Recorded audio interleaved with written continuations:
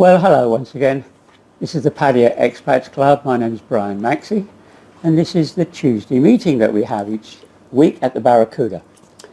On my left here is Steve Drake. My first meeting of Steve Drake today, and he was talking about, strange things. I don't know what he was talking about really. He started off with a New Year's resolution, and so my question is, what was your aim of the talk today? People get so frustrated with making New Year's resolutions. They have great intentions, and it's as if they expect some sort of magical glitter to fall when the chimes strike 12, and they go from being a couch potato to the new intention of training 3 times a week in a gym, or stopping smoking, or losing weight, or whatever it is. And of course, just wishing something to happen is never going to work. So my focus really was on goal setting. A New Year's resolution is nothing more than a goal that you have that you want to achieve. But so many people just don't know how to go about making that sort of achievement. And it's obviously more than just making a list, like a bucket list or something like that. Yeah, the bucket list is probably the new word now, rather than New Year's resolution. Some people call it a wish list, but you often hear people today talk about, it's on my bucket list. Right. And, it's something that they aspire to be or aspire to do, but they don't really have a strategy to follow it out. And you talk to people about New Year's resolutions like 3 weeks into January, and the head's down, and I'm not doing that project anymore, so. Yeah. So at this point, we're saying everything's doomed to failure. But how do we get past that? Well, it needs to be well thought out. You need to have the correct mindset. You need to have the correct strategy. You need to have a plan in place. There's an old saying called, if you fail to plan, you plan to fail. But it's true. Yeah. It's absolutely true. So let's just say that your goal in 2024 is to, maybe visit the Olympics in Paris. Okay. What strategy have you got for that? Are you just going to jump on a plane? Are you just going to hope that when you get there, there's going to be a hotel? Are you going to hope you're going to get the tickets? You've really got to basically work back from being, I'll use the Paris Olympics. You've got to work back to find something you can do today that sets you on that path moving forward. You spoke of 2 people. Some are good at this and some aren't. Yeah, unfortunately, that is it. You've got some people in this world who straight away, they get a goal, they get focused, they know what they're going to do, they're unstoppable. Yeah. Then there's other people that they look at a goal and then they start putting up barriers as to why they're not going to achieve it. Yeah. And, I'm not destined to be this because of this, and basically what they're doing is they're lining up those excuses. So when it does fail, they can go, "Bow, I was right." So they can succeed at being a failure. Absolutely. Yeah. Wow. Yeah. I hadn't thought about it that way around. Yeah. When I was young, I was an apprentice. Yep. And I had a mentor. Okay, yeah. So was I watching what he was doing and copying it, or was it more than that? A little bit more than that. Copying what he was doing is a big part of it, but a mentor is there to sort of guide you in the right direction. We always come to this fork in the road in our careers. Yeah. And, a mentor can really stop you falling down the pitfalls, and they can give you some advice. You don't have to take the advice. But, when you've got a person who's traveled that path and they've succeeded, you also want that same path with the same success, then a mentor is a huge advantage. How do you choose a mentor? Does the mentor choose you? The mentor will choose what is right for him in terms of giving the right advice. Okay. A mentor should be able to turn around and say, that's not the path that you're from. It's a bit like, I didn't have a mentor when I was at school. I had a careers advisor. Oh God.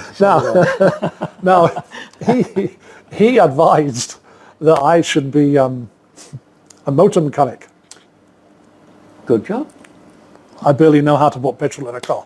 Okay. So he probably wasn't my best mentor. Right. But yes. It was probably at the top of his sheet. It was probably there. I mean, he'd looked at the stuff I'd done on technical drawing and metalwork and that sort of thing and put two and two together and thought, there we go. You implied that those early years are really important as to your future. Those first 7 years. Yeah.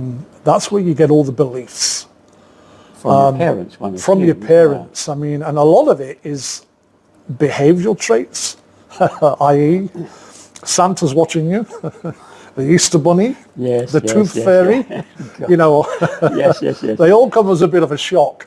But they are, you know, they are laid out, and that is your path in terms of your belief and how you grow up. One of the big things is that why people always struggle with financial situations is money doesn't grow on trees. Well, that may be true, but that's not the be all and end all. But I do remember that as being one of the sayings. So it's very, you know, it gets ingrained. Yeah. Towards the end of your talk, you went to the exercises. Yeah. Now, what were you expecting and what did you get? I call that experiential learning, learning by doing. The big one for me is the one I always start off with is visualization. Because that's the start of everything. Everything that's ever been invented started with a vision. Well, whether it's a car, a house, a swimming pool, this chair, my jumper. Yeah. It starts with a vision. You see it somewhere in a magazine. You see it somewhere along the line. Yeah. And you know, from there, you get this vision down onto a piece of paper. It becomes a plan or a blueprint, as I like to call it. And then you get the finished article as the steps of the plan are all put together and ticked off as you go along. But it starts with vision. Yeah. Vision is so much important. If you can't see yourself achieving something, I'll go back to the New Year's resolutions. Okay, my New Year's resolution is I'm going to go to the gym 4 days a week. You've got to see yourself going to the gym 4 days a week. And you've probably got to have done it before to have some experience in a minor way. You've got to, what people do, going back to putting in the obstacles, it's like, it's too far to drive. I want to go at 6 o'clock. The roads are always too busy. The gym's busy at 6:30 while 8 o'clock. So they start putting these obstacles up in the way. And eventually they come up with a reason for not going to the gym. I'm sorry, but that's how they're working out. Yeah. So you've got to be able to move these obstacles out your way and say, you know what, no matter what, I am doing it. One of the big things for me was when I went from, well, I'll try, to I'm doing. Yeah. That was a huge mind shift for me. I think you did very well today. I was watching the people, as I often do. Not too many glazed eyes, I must say. Yeah, good, And they responded to these stand-up exercises and good things. Yeah. I wasn't quite sure what you were aiming for with the colours when you shut your eyes and what in the room. Okay, well, that's the thing at the back of your brain called the reticular activator. And the sole job of that part of your brain is to find evidence for what you believe in. So I basically said to them, I went for the most predominant colour in this room, which is blue, the curtains, the tablecloth, etc., the seats. I said, notice everything that's blue. So straight away the reticular activator starts looking for evidence. Yeah. Oh, there's lots of blue here. Of course, when they close their eyes, and I ask them where the orange is, the reticular activator is not looking for the orange. Yeah. But it is there in the room. Yes. So I use that also as a lesson on awareness, being aware of observation. Be aware of your surroundings, your personal space. Well, it's good exercise. They seem to enjoy it, I have to say. I enjoyed it too. You didn't have too many questions. Which you always jokingly say is you either did remarkably well or they didn't understand anything.